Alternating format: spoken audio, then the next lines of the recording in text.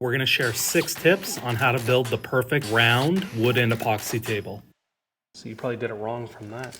This f***ing tape measure? First things first, take your time with the layout. A lot of people, they rush this step and they end up miscutting their piece. They end up wasting time and materials. What we like to do is use one of these pre-made forms, get your tape measure out, make sure that you've got the nice gaps and proper spacing. Really take your time with this. Don't rush this. You can see here, we planned ahead and we even had a mock-up of what this table is supposed to look like when it's done.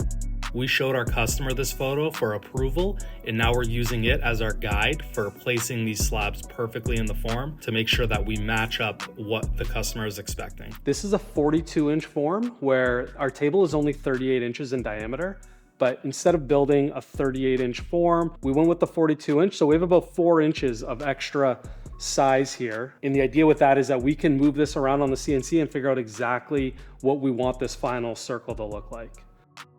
Tip number 2 probably should have been tip number 1, but here we are. Figuring out what size table to make depending on how many people you want it to seat.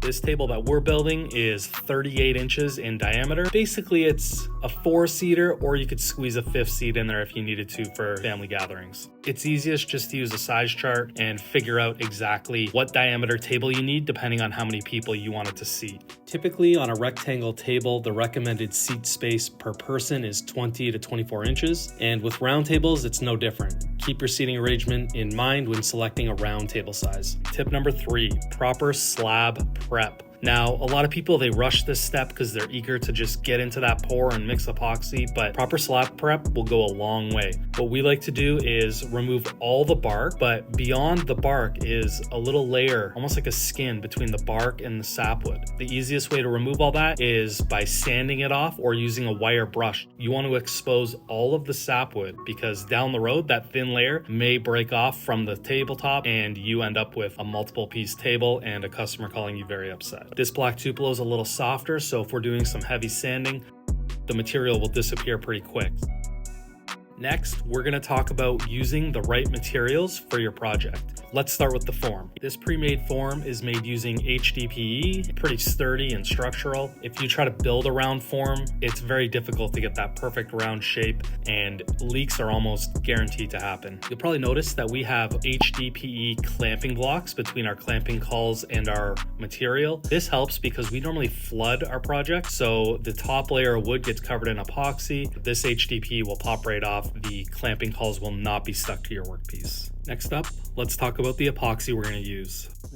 We're using Epoxy Flowcast. We've been using this for years. We've tested a bunch of other brands of epoxy, but we find this to be the best quality in terms of cure, final look, just ease of use. It's overall our favorite epoxy. Let's talk about picking a quality pigment. There's a lot of options out there for you, but we like to use beaver dust pigments. They're all the proper micron size. So some brands out there have larger particle sizes, and you want to keep the mica powder between 0 and 60 microns. Anything larger than that has a tendency to sink to the bottom. Sometimes you'll see people do a pour and they come out the next day and it's cured and all their pigment is sitting on the bottom. That's because the micron size is bigger than it should have been and heavier, so it sinks. Pay attention to that when you're picking your pigment and make sure you don't get anything bigger than around 60 microns. Now that our epoxy is cured, let's talk about tip number 5, final processing. For this table, we're going to use our CNC because we've got one and it makes this step super easy. An alternative is you can use a round circle jig in your router.